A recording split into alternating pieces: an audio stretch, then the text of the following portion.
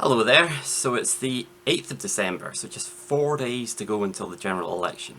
Welcome to the Scott Goes Pop channel on YouTube, my name's James Kelly. So the less said about the new batch of Britain-wide opinion polls the better, because the momentum that seemed to be there a week ago may be moving us a bit closer towards a hung parliament. That seems to have completely stalled. With every passing day, the likelihood of a Tory majority just seems to increase. So instead, let's have a look at the new Scottish polls, because they are at least slightly more promising. As you may have seen, there was a YouGov poll a couple of days ago, which was very good for the SNP, suggested they would make major gains. And now, overnight, we've had a new panel-based poll in Scotland, which also suggests that the SNP could do pretty well. So let's have a look at those. So here are the YouGov figures, and the first thing that may leap out at you here is that there's been a 6-point increase in the Conservative vote, which has taken them virtually back to where they were at the last general election in 2017. But what you have to bear in mind about this is that these changes are measured from the last YouGov poll, which was way back in October, or at least that was when it was conducted. It wasn't published for a little while, but it was conducted in October. And we already know that there's been a swing to the Conservatives from the Brexit Party since then. Not necessarily from other parties, but the Brexit Party has completely collapsed and their support seems to have gone wholesale to the Conservatives. So, I mean, if this was a proportional representation system, you would think, okay, the Conservatives are back to where they were 2 years ago, so they'll probably win the same number of seats. But of course, this is not proportional representation, this is first past the post. And actually what really counts is the gap between the first place party and the second place party. And actually, the gap between the SNP and the Conservatives is double, according to YouGov. It's double what it was 2 years ago at the general election. It was 8 points 2 years ago, and according to YouGov, it's now 16 points. And that puts the SNP in line for gains from the Conservatives. How many is open to question, but in a uniform swing, maybe about 4 gains.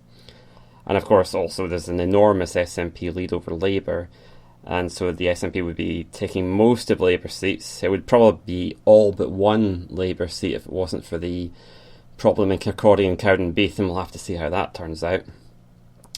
Another thing you might notice is that the Greens are down 3 points, and so actually the 2-point increase for the SNP could be entirely explained by the fact that the Greens have dropped back. That voters may have just switched from the Greens to the SNP, thinking it's more important to deliver a big SNP victory, and that, could make a big difference. It doesn't matter where the votes come from, that's building up the SNP's lead over the Conservatives.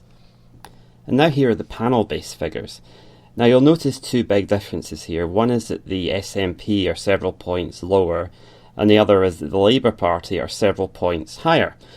And this can be explained purely by methodology. Panel-based, for some reason, always seem to produce lower SNP figures than YouGov do.